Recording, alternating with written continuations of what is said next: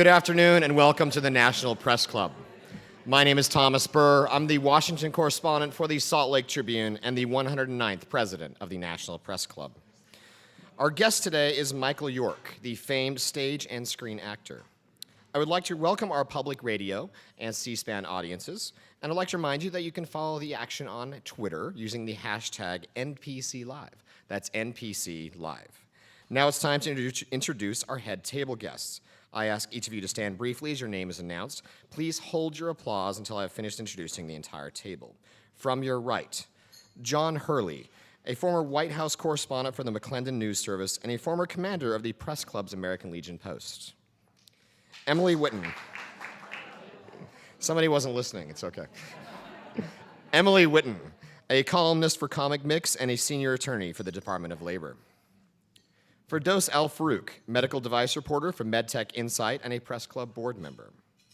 Dr. Victor Wabi, music director of the Medical Musical Group, who was recently on the cover of the Annals of Internal Medicine. John Griffith, a producer and director. Dina Martin, singer, actor, author, performer, and one of my favorite parts, the daughter of Dean Martin. Ain't that a kick in the head?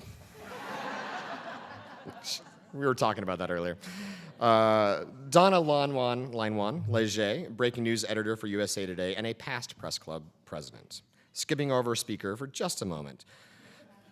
Dr. Christine Warnke, host of Next Word TV, Channel 16, MMC TV, and who invited our speaker, I believe, today. Thank you. Pat York, a photographer and the better half of Michael York.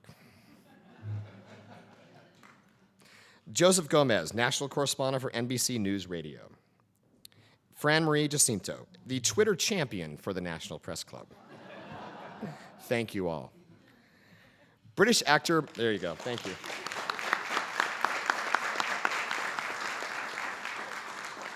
British actor Michael York began to notice disturbing symptoms in 2009 when he had to use more stage makeup to cover up dark purple circles under his eyes. Over the next few years, he frequently felt ill and tired. York received several misdiagnoses. After treatment for bone marrow cancer did not help, York's wife, Pat, sought out a bone marrow cancer expert at the Mayo Clinic in Rochester, Minnesota. That doctor who is also an expert in amyloidosis, a rare and potentially fatal disease. It turned out that amyloidosis was the correct diagnosis. It's caused by the abnormal production of insoluble proteins that clump together in different parts of the body. It can cause vital organs to shut down. 4 years ago, York underwent a stem cell transplant at the Mayo Clinic to remove some immature blood stem cells. It was followed by chemotherapy to get rid of diseased or damaged marrow. Then the treated stem cells were re-injected. The treatment worked, although York still has the dark circles. He often jokes that he is available for movie or stage roles for older men who wear dark glasses. So if anyone is doing a mafia movie, you know who to call. York's acting career spans 50 years and includes roles on stage, film, and television. He is in Washington this week to celebrate the work of the Medical Musical Group, whose mission is to provide healing through music. It's a chorus and orchestra made up of healthcare professionals. They are performing Sunday in Alexandria. Please give a warm National Press Club welcome to Michael York.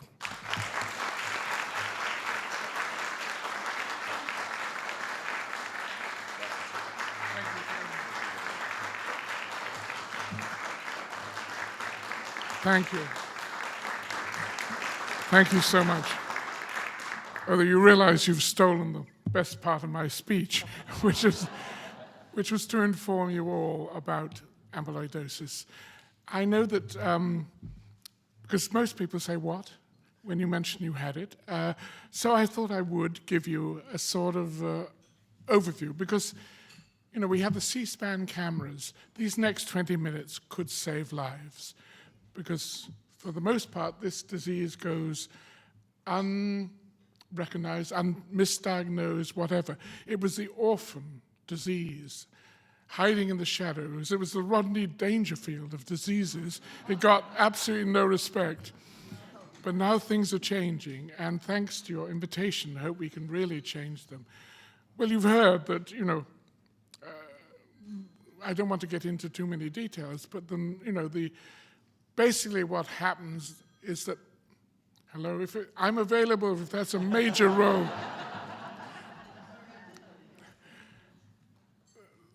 Normally, proteins which are normally produced they fold naturally, and the body, uses them, gets rid of them. Some proteins misfold for whatever reason. And again, this is a mystery. The research is going on.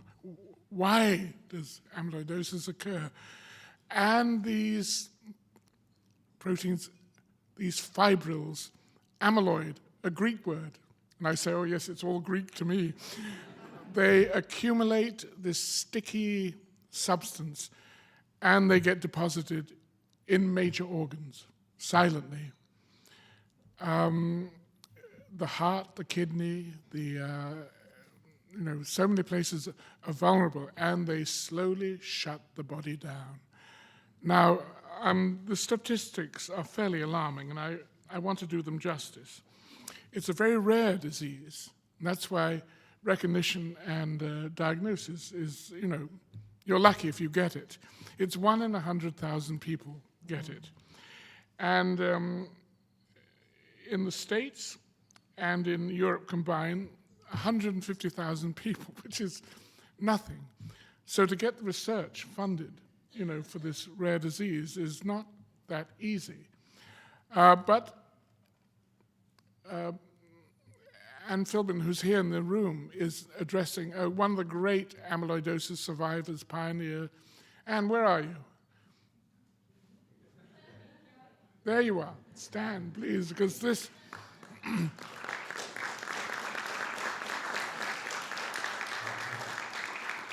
This extraordinarily courageous woman who's undergone 2 stem cell transplants has been battling the disease and will be addressing the National Institutes of Health on the need for more funding, more recognition, more this, more. So thanks to people like you, the word is getting out. And, well, let me give you a few more statistics. Well, no, that's boring.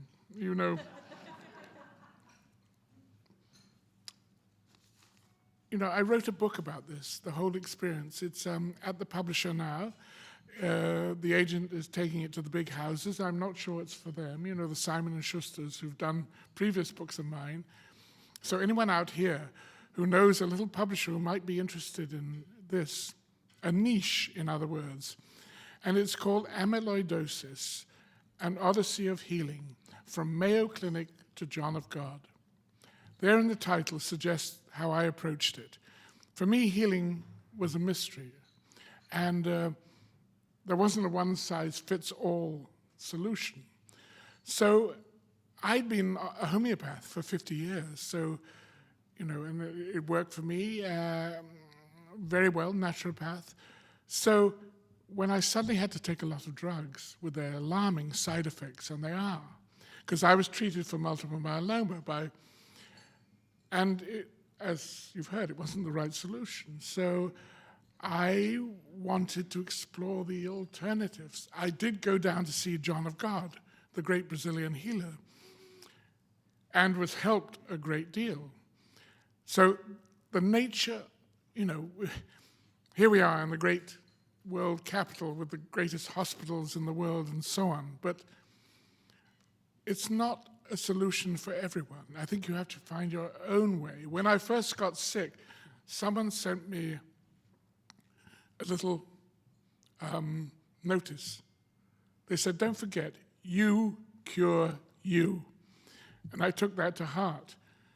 And I've been very lucky, principally in having a wife who refused to take no for an answer, who just refused to be blindsided or put off until, as she said, she found the miraculous doctor, Robert Kyle, in his, he's almost hitting 90 now, who invented so many of the protocols, who very calmly said, no, I think you've got amyloidosis. And from there, into this period of recovery. At the moment, it's incurable. You get these breaks, and you're very lucky if you can do a lot of things in the breaks. I'd been shut down. You know, I couldn't perform, I couldn't travel, I couldn't do all the things that I loved. Now I was able to. In January, we are in India, where I wanted to explore the protocol of Ayurveda, the ancient Vedic Indian healing system. They've had a protocol for amyloidosis that is 2 millennia old, so I thought, well, they may know something. All these can be integrated, and as we can all tell you, the side effects of so many drugs, you wonder if it's worth the going through it. But great work is being done. So anyway, back to the fact sheet. I want to hit you with these. These are from our action group, the Amyloidosis Research Consortium, run by one of the other great heroines, Isabel Lusada, who is tireless in her efforts to getting the word out. Anyway, so 3,000 patients are diagnosed each year in the US with amyloidosis. They're the lucky ones. 74% of all patients have cardiac involvement. So if you have any friends or you know of anyone who's having problems with their heart and they're not getting, results, or they're not getting satisfaction, as the Rolling Stones said, have them checked out for amyloidosis. You'll be amazed. Okay, 4 is the average number of doctors patients see before being diagnosed properly. 40% die because diagnosis comes too late to benefit from treatment. That's appalling. I know too many, and that's why I'm so anxious to get it out, and thank you. And out of, this hits home. Out of 443 patients, 220 cardiologists missed diagnosis. That's an alarming figure. And 1,500 cases are missed by cardiologists in the US each year. So as I said, go for it. Thousands die, never knowing they had the disease even. So Anne and I are convinced this is a vastly unreported illness. So we want to do everything in our power to change that statistic. And things are happening. The little orphan now is being ushered out of the shadows into the spotlight. It's our moment. And in the 3 years of remission I had, before things started to, they changed again, they've started working on the first time remedies directed directly at amyloidosis. Before we had to use the cast-offs from multiple myeloma. Now, places like Prothena Labs in San Francisco, they're going all out to provide us direct remedies. I also went to Britain, where at the Royal Free Hospital, the National Amyloidosis Centre is centered. Fantastic work going on there. Sir Mark Pepys has a diagnostic machine. You get in it and you can, it's sort of nuclear medicine, but you can determine the amount of amyloidosis load you carry. Again, wonderful work there, GlaxoSmithKline combining on, research. So we're all very excited in the amyloidosis community that things at last are happening. As Shakespeare said, there's a tide in the affairs of men which, taken at the flood, leads on to fortune. And I think that tide is beginning to flow. So I think anyway, I've covered a lot of ground. I've talked myself out. So anyway, the chapters in the book, I tried to be a bit fancy literary about it. And the one that I chose when things started to go wrong was that great quotation, from who? Sorry, cut this bit out, which of course you can. From Dante, in the middle of the journey of our life, I found myself in a dark wood where the straight way was lost. And that's exactly what it felt like. You didn't know where you were going, everything was dark. And as I said, the middle of our journey of our life, it does tend to happen to, shall we say, maturer people, this disease. Although, alarmingly, it's now being found in the younger population. So we're not immune. You can't, as I said, one size doesn't fit all. But anyway, as I said, I think the best thing I can do is, instead of whittering on here, is to answer questions more specifically of maybe things that have come up in this address that puzzle you or have prompted further questioning. Is that all right? Yes, sir. Thank you, Mr. York. You can stay at the podium. Okay.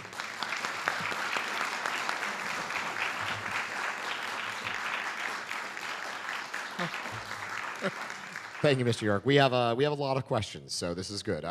Some dealing with the disease, some dealing with your acting career, as of course, and some relation between the two, actually. Some would say it's the same word, a disease. Let's start with this. So the question would be, what can be done to further awareness of amyloidosis?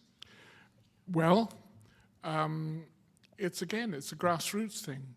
Maybe you'll go home and mention the word. Our C-SPAN listeners will mention the word to their friends who will mention it, and that's how it gets around. As I said, it's no longer the anonymous orphan. It's out there, and the great thing is to get it to your cardiologist. I'm having cataract surgery, and I was at a very distinguished LA hospital last week they want a fitness test before they do your eyes. Why, I don't know. But anyway, this guy saw that I had, the darkening of the eyes, and he said, I said, don't worry, it's amyloidosis, it's blood disease. And he said, well, we better biopsy that. I said, no, don't you do. No, you're a blood test is what you. So there, a leading member of his profession in a leading hospital, again, was not sure what it was all about. So all our educational efforts are as much for the medical profession as for anyone else. That sounds terrible to say that, but there is a need. Well, sir, we're about 2 blocks from the White House. You're in the seat of the United States government. In your opinion, what can the U.S. government do to help find a cure for amyloidosis? Well, as Anne has petitioned them, research, funding, awareness, and money. And Robert Kyle up at the Mayo Clinic, a man who should be lauded, crowned with laurels, he keeps saying, but we don't get the money to take it further. They seem to think that funding belongs elsewhere. But I'm partially inclined. I think they're wrong. This is something I think that is huge, and worldwide we don't even can begin to assess the statistics. But Europe and the States do have statistics. So I think that's the way to go. You talked earlier in your speech about the misdiagnosis that happens often. So what type of specialist should the first choice be for someone subjecting or may suspect they may have amyloidosis? Well, here are the symptoms in a nutshell. Typically, patients will have some of the following symptoms: unexplained weight loss, fatigue, shortness of breath, foamy urine, swelling of the ankles and legs, as well as numbness and tingling in the hands and feet. These are the manifestations of damage to the underlying organs from the insoluble amyloid protein. So, But the question is about who should they see first? If you see those symptoms, who should they go to? What kind of specialist would you recommend? well, they might have a very enlightened doctor who's aware of amyloidosis. They do exist, and more as we bash them over the head. So yes, they're primary care. Primary care physician, and then if they're not getting satisfaction, go to a hematological, is that it? Hematology specialist who maybe stands a better chance of being aware of the issue. I'm still trying to pronounce amyloidosis correctly, sir, just for the record. It's all Greek to you as well? Exactly, always is. Have you been able to recruit other celebrities to the cause, and do you find that helps open doors to you that a celebrity has that other ordinary people may not have? Well, yes, I was always in two minds about this issue of celebrity, that because we're all celebrities now in our media world. But I think if it can be used, like, Michael, I'm trying to think, thank you very much, Michael Fox. Wonderful example, putting the spotlight on a disease. I think it can help if it can get you in the door of people, if you've got a body of work that has been well received, then people will tend to receive you better. So I don't care. This is, for me, this is the best role I've ever been given in my life because it's important. Not that I'm denying the work, which I loved. I spent my life doing, and I'm so grateful to have had, consistent and life-enhancing career. Well, let's follow on that for a second. There's a lot of celebrities that we worship in some ways. What do you say to your fellow celebrities about getting out there and promoting their own causes and making sure they're using their fame for the right purpose? Well, I certainly would never lecture them. I wouldn't dare that they should do this. But I think people are aware of this. I live in Hollywood, so I know the number of people, as does Dina, the number of people we know who are involved in causes, not even with their names on it, but just there's a tremendous sense of having to give back if you've been fortunate. And I think people get a tremendous satisfaction from that, although we love being performers. Sorry. No, you're fine. No, I think the question is, you did not speak out about this, obviously telling you had it and you didn't know about that. There are a lot of younger celebrities out there that we see on TV all the time. There are great causes out there that need somebody to speak for them. I'm asking if you would encourage them to do so. Yes, I would. I was approached by a wonderful lady, Muriel Finkel, who runs the amyloidosis support groups. And there are these groups. There's the Amyloidosis Foundation and Muriel's group. She said, we're waiting for a celebrity who would agree to do this. And I'm sorry it had to be you, but thank goodness you're willing to share. And of course, Muriel, it goes without saying. That's great. So the Office of Rare Diseases at the National Institutes of Health, just up the road a little bit, plays a key role in identifying research activities for rare diseases. Were you able to interact at all with that office, as well as the National Organization of Rare Disorders? No, but I know people in authority who are. We're well aware of it. It's in our literature. Certainly there are these facilities and resources available. It's just about getting the word out. And it's happening.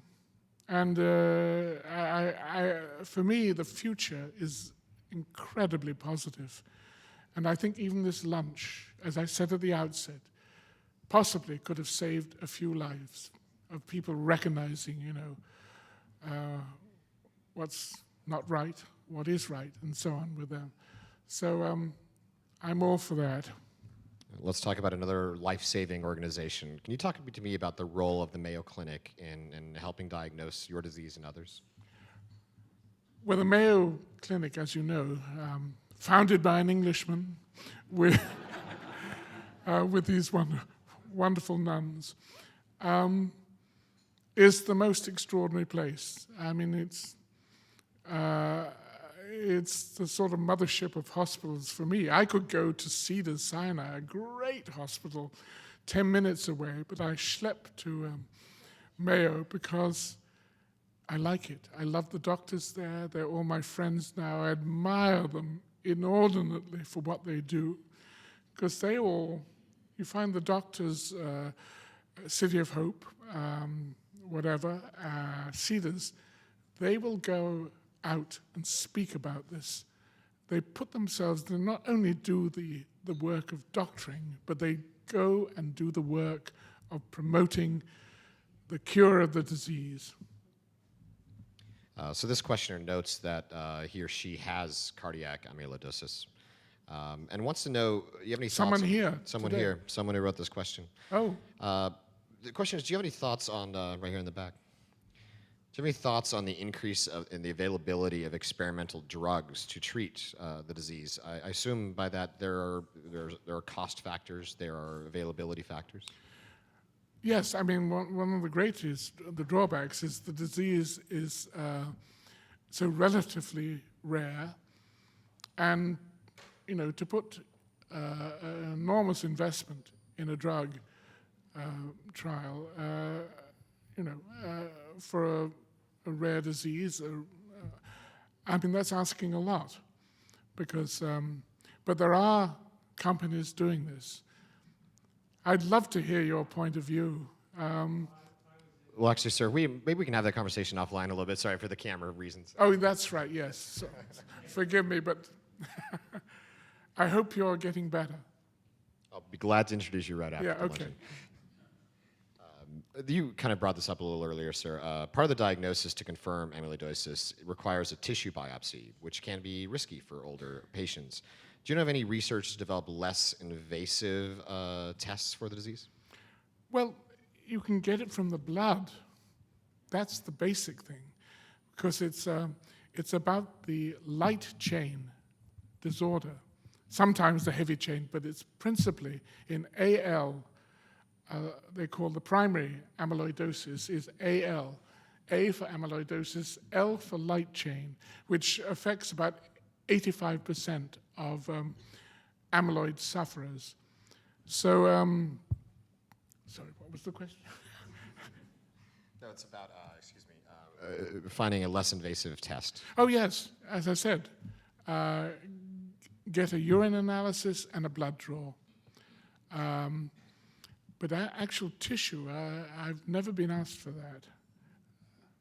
I'm not sure what came with the question, but I should have followed up on this a minute ago. Actually, this is a great question. How can we incentivize drug companies to invest in research when it comes to rare diseases? Because obviously there's not the mass marketing of drugs that can happen with those, but people are still dying. How do we incentivize drug companies? Well, yes, I mean, there's making a buck is what it's all about. And God bless them that they're doing it. I think the National Institutes of Health should be leading the way, beating down the doors, and being very proactive, because the nation's health is involved. And I think, from my point of view, a bit of government involvement can be a great thing. As I said, back in Britain, it's all the national health. It's part of, the government deal. And they're doing great things. But getting also drug companies involved in their studies, it's a mutual, of mutual benefit to each. Because you hit on that drug, little purple pill or whatever it is, you stand to get back your investment, certainly. And we're talking long-term here. And as we're convinced that suddenly we'll realize that there are many, many more sufferers then we realize that all those mystery illnesses and whatever have gone misdiagnosed too late. So I'm not the person to ask. I'm not a business person. I'm not a doctor. I just pick up these little pieces of information. I hope I can pass them along in intelligible form. Well, since we're here in Washington, I will ask you somewhat of a political question, because you just talked about the national health system in Britain. How has Obamacare affected rare disorders like yours? Has there been any assistance from that, or should there be more put in from some kind of legislation? You know, that is a great question, and I wish I could answer it properly, but I can't. I don't know the answer, and maybe, someone here does, but I would like to think that Obamacare has helped in the collective spotlight on the answer. I wish I knew. It's a wonderful question, and I wish you'd asked me that yesterday. I'll ask you afterwards. We can tweet it out. There we go. Even with amyloidosis, you have continued with your career. How have you managed to do this, facing what you have, and what future films or television performances are forthcoming? Well, I'm afraid my career has been very much sidelined with other priorities. I remember when I was with John of God down in deepest Brazil and actually going through a tremendous detox. I could barely move. In 10 days' time, I was giving a performance here in Washington of My Fair Lady, Colonel Pickering. And I said to John of God, look, I said, I hope this is not out of line, but could you help me? I have this performance in 10 days' time, and I can barely move now. He said, yes, it's not inappropriate at all. I'd be happy to help you. And I must say, I shall never forget the performance here at the Kennedy Center, because it was such an affirmation, being back on a stage and having to sing a song that went, tonight, old man, you did it. You did. And the old man was John of God, it was Dr. Kyle, it was every doctor. So that was great. Anything forthcoming, sir? Well, I just did another Simpsons character. Well, thank you. That, believe me, is true fame. The only time my grandchildren looked at me with any sign of respect. But it is nice. And, I'm slowly getting back. And but though everything in contrast to this seems important, but this seems to me totally important. So if I can give whatever energies I have left and time I have left to this, I shall be a happy man. I had drinks with one of the producers of The Simpsons here recently, trying to get him to put the press club into an episode. So if you'd like to, let's talk. I'll remind them. Thank you, sir. We talked a little bit about this, but tell me what the effects of the disease affects your everyday activities, and how do you deal with those effects? Well, obviously, my voice is coming back, but at one point it didn't. I remember I voiced a little animated, not a cartoon, but it's wonderful. Go to it online. It's about every case of amyloidosis, done in very accessible form, translated into 14 languages, so it's a real asset. But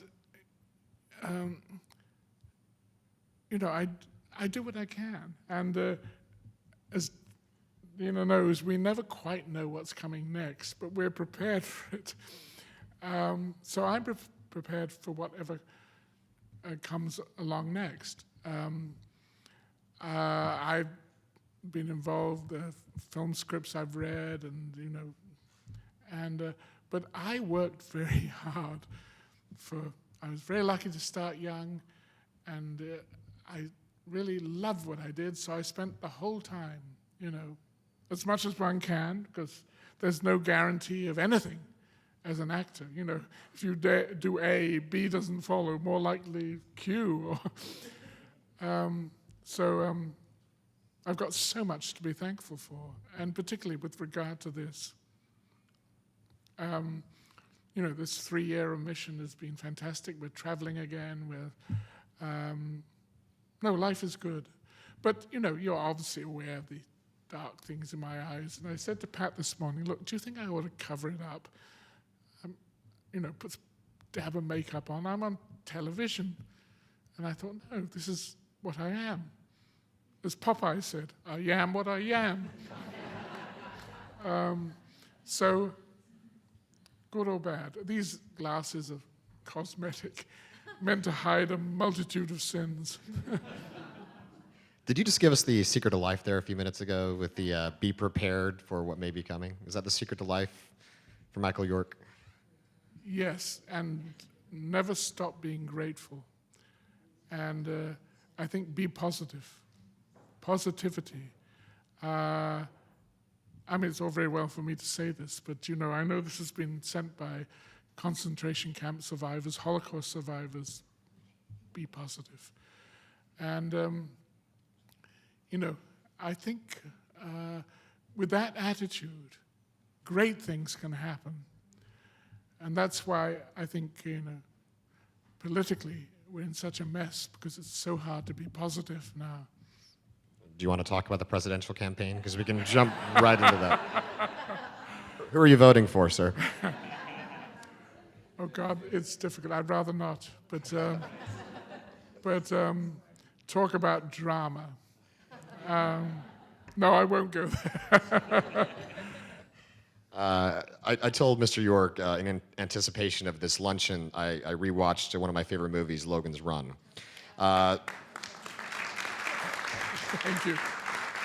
So you told me when I mentioned that earlier, there's a connection there between Logan's Run and amyloidosis. Well, yes, and even more so. A friend of mine, or a guy, he wasn't a friend then, but he approached me out of the blue saying, my name is Paul. Of course, I can't remember it. Paul, forgive me. What is Paul's name? No, anyway, it'll come to me. This is jet lag.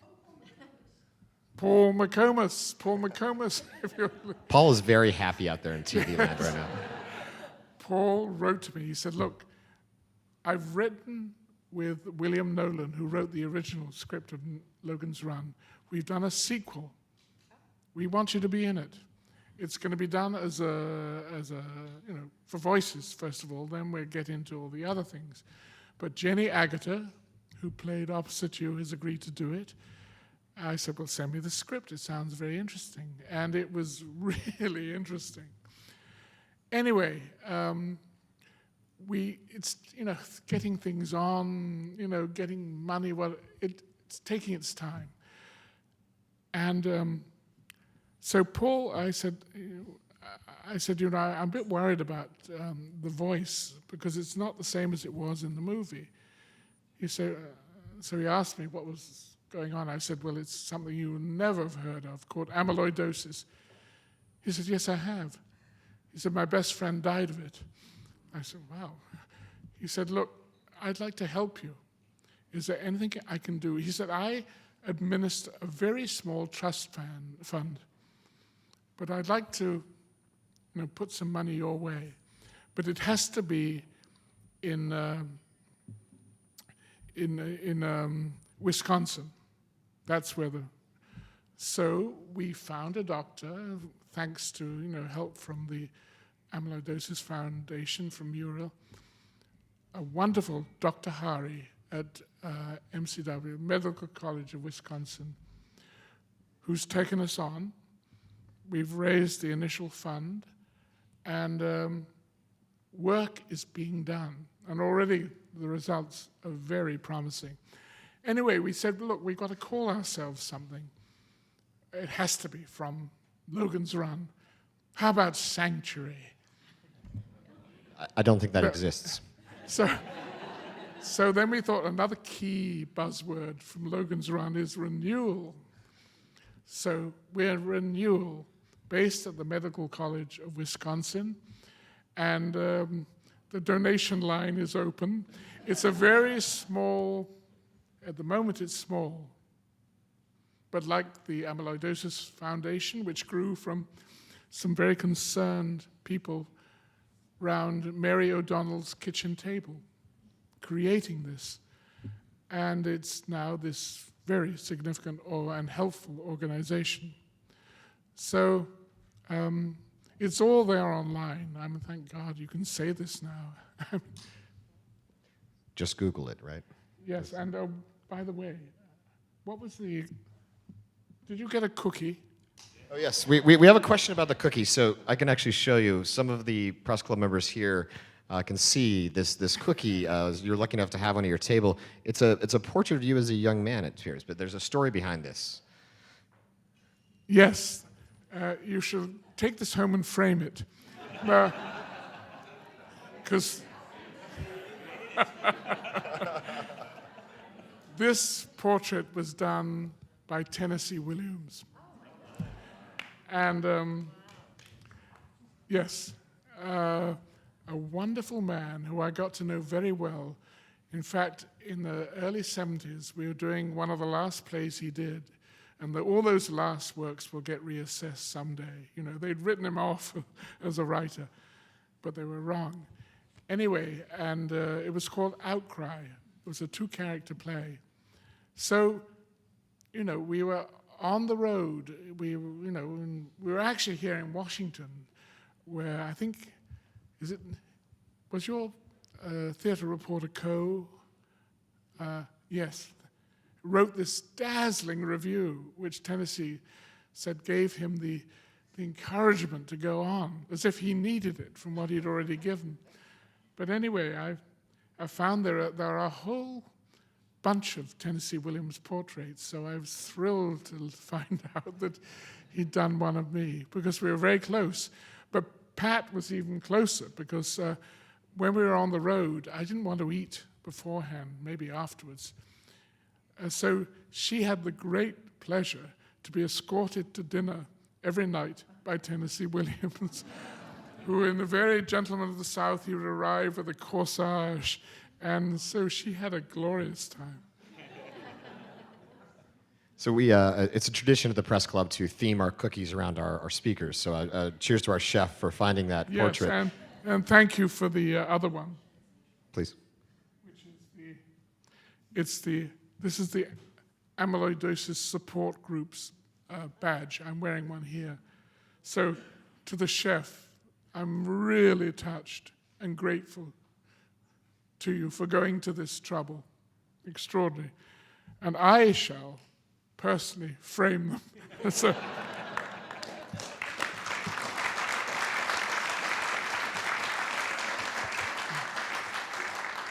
as I always say, I will pass it on to the chef. Thank you very much, sir. So this is a great question. What would you recommend to those who have been newly diagnosed with amyloidosis and just trying to come to terms with it? Support groups, literature, you mentioned a few other things. What would you suggest to somebody who's newly diagnosed? I'd say how lucky you are. They found you in time. There are the resources out there. As I said, we're all collected to the internet now, and it's all there. The Amyloidosis Foundation, the amyloidosis support groups. There are little local chapters of this. You must find these out, because as I said, these doctors will travel. They will go and speak. There's, of course, the literature, and sheer word of mouth is getting out. So anyone newly diagnosed, I would wish them great good fortune. Never give up, never take no for an answer. And you're now in an era where there are different treatments available, and take advantage of them. The monoclonal antibodies are now in their human test, and they seem to be most promising. There are lots of other tests going on, and it's our time has come. This question is, are you currently participating in any clinical trials about the disease? Do you know, I've offered to be in clinical trials, but apparently my amyloidosis load is insufficient, which is very encouraging. It wasn't at one point, my God. But I want to keep it that way because it can come back. It's, it's not a one-time cure. You just got to watch it and be watchful. And it's the mystery is being, solved. There are different types. I don't know if I mentioned them. There's the AL, which is 85%, but there's a familial one, ATTR, which is very common as well. And there's even a senile one, which is sort of connected with thank you. Yes, I got it right. Alzheimer's, exactly, which is, of course, is amyloid deposits. So, slowly the mystery is being solved and can't come soon enough. So did anything in your acting career help prepare you for facing this disease? Oh, that's an interesting question. Again, I should have had this yesterday. I would have. It's the press club, sir. We don't do that. The most brilliant answer you've ever heard. Well, Dina, I think we do get, we have, because we cannot prepare for the future, that it takes us and, gives us, I think, opportunities and challenges. We are self-employed. So, suddenly losing your income over 5 years is something you have to address, and hopefully you've made the correct investments. But we do have, healthcare, thank God. I've been very fortunate that, my treatment is mostly being covered. But as I said, income has been naturally cut off. But no, I think we don't know what's coming next. So we are always prepared, to face the next exigency or the next whatever encounter. So, in a way, being an actor is a good thing for that. And we're very lucky we perform all over the world, so we get in touch with what's happening elsewhere, because this is an international disease. But the statistics aren't quite there yet for, with the rest of the world. Yes. Well, good. Well, let's dispel a couple myths here real fast. One, despite what Wikipedia says, you did not play an ape on Spaceballs, correct? Also, the real question I have is actually, can you dispel a few myths about amyloidosis? Because I'm sure there are some misconceptions about the disease that people may have. It's not infectious. I'm sure there are all kinds of myths. But not playing an ape on Spaceballs? I was trying to make a transition. That's a great segue. No, I mean, I've noticed it, I've tried to get rid of it. I've given up. So I say, thank you very much. I'm so glad you found me so entertaining. And you'll welcome the checks for the royalty payments. Yes, exactly. You appeared a lot in several movies, television, stage, even audiobooks. What role did you find the most challenging in your career? It's always the next one. And, the the challenge is having a next role, because I don't know a single actor who thinks that his last job is definitely his last one. He'll never be employed again. So, it's something you can't sit back on. You have to create opportunities. You have to, you're your own best salesman. People say, well, the agent is going to do it. No, he won't.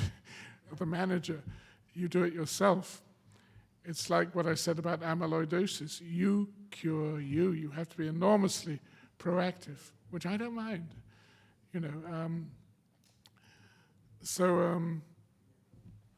What No, that's good. I'll follow pearl up. of wisdom can I? I can ask you further. Can you tell me your favorite lines from your movies or on stage or TV? Your favorite lines you've ever uttered? You are awful. All these would have made wonderful, seamless quotations, beautifully delivered. I usually deal with politicians, sir. So this.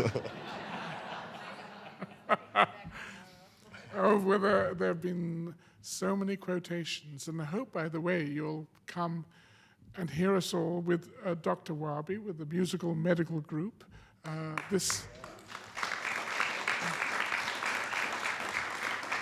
It's this Sunday, and it's honoring, the 400th of William Shakespeare.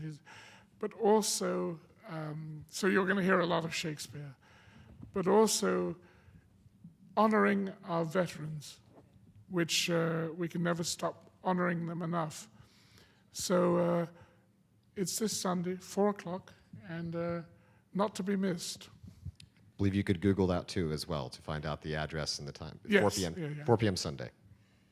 So it seems these days superhero franchises are all the rage. So would you like to take on a role as a superhero or a villain in a future movie? Well, I'm not sure. I'm sure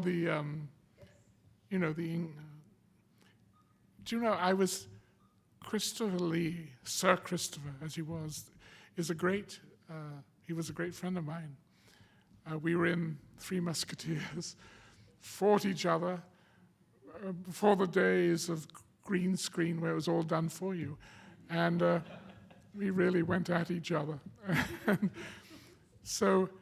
And bonded. And I saw him just after one of the great, the Hobbit films. And he said, Michael, God, I said, well, you must be having a wonderful time at your age, your 80s, being found as this great screen hero. He said, it's so boring. He said, they put you against the green screen and it's all done for you. So, times have changed. But again, I'm so grateful that we had a chance to have been long enough in the business to have done it the other way, even in black and white. So the questioner wants to know, says, Cabaret is considered one of the best stage musicals turned into film. It's also one of the most important movies of all time, the questioner asks. Have you stayed in touch with any of the cast members from that movie, and have you enlisted any of those cast members to help you promote awareness of amyloidosis? Well, I'm certainly in touch with... a great thing happened. Turner Classic Movies decided to upgrade the print of Cabaret after 40 years, and it had degraded horribly. There was a scratch running through the negative that even the computers couldn't fix. And one sainted individual sat down and hand-corrected every frame. It looks fabulous. And if you haven't seen, don't see any other version but the new one. And so there was a big launch in New York, and we all went along, and Liza Minnelli was there, Joel Grey was there, Marisa Berenson, and it was a joyful reunion because it was an extraordinary film. The one person who wasn't there was the man, the creative genius behind it all, Bob Fosse. And you have to remember, this was in the days before Fosse was this miracle. You know, he was a director under the gun. His previous film, Sweet Charity, had failed. So there were a lot of producers standing around him looking at watches. But we, the actors, loved it. And because he would take time to get it right. And I remember I'd been doing a film in Morocco. I always had an international career before coming to Munich to start work on Cabaret. And my agent had said, you shouldn't do this, turn it down. I said, are you mad? It's Ishwood, it's a classic. She said, well, you know. So then I really got down to reading the script. And to my horror, I realized she was right. It was basically, I am a camera. All these extraordinary, extravagant personalities are revolving around a blob. No characters. I remember pacing the rainy streets of Munich, wondering what the hell to do. And in the end, I got up courage. And I went to see Bob Fosse. And I said, look, I don't want to come off as another of these self-involved, neurotic actors, but I don't know how you play this part. He said, I agree. So he got Liza and me together during the time when they were laying down the dance tracks and rehearsing. He said, you're going to sit in a room with Hugh Wheeler, the great writer, who I worked with before, and you're going to put meat on those bare bones. And that's what we did. I can't imagine doing the film otherwise. And I see actors who are in the stage play, and they said, how do you play this? I said, you can't. It's it owes a lot to Hugh Wheeler, who went on to work with, you know, Hal Prince and all those great Broadway musicals, Little Night Music. So I'm eternally grateful that Bob listened, and also on the set, we were constantly improvising, and to the consternation of the producers. So it was happening all the time. Yes, I'm so glad it was successful because it was a great movie to be involved in. We're almost out of time, but a couple more questions. Are you concerned, we go from Cabaret to this question, are you concerned there are a lot more blockbuster-themed movies these days rather than, and less art in actual movies? Yes, it's a concern of us all. But, you know,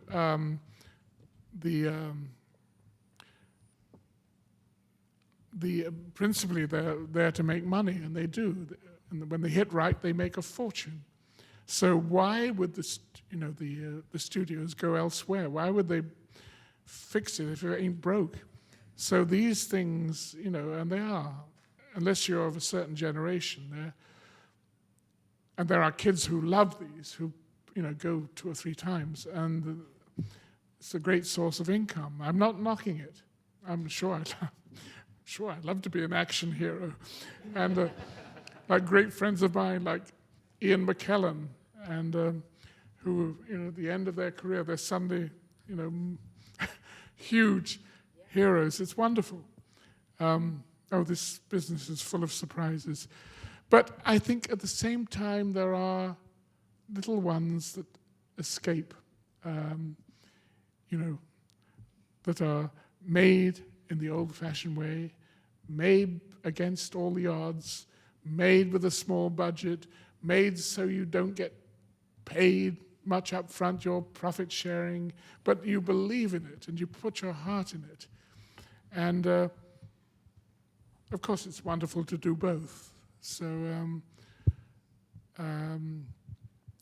whatever works. But, you know, as I said, I don't think we're the demographic that's going to go to the multiplex, you know, 5 times. Well, before I ask the final question, sir, a quick reminder. The National Press Club is the world's leading professional organization for journalists. We fight for a free press worldwide. For more information about the club, please visit our website, www.press.org. That's press.org. I'd like to present our guest with the traditional National Press Club mug. I ask that you use it in your next movie, if at all possible.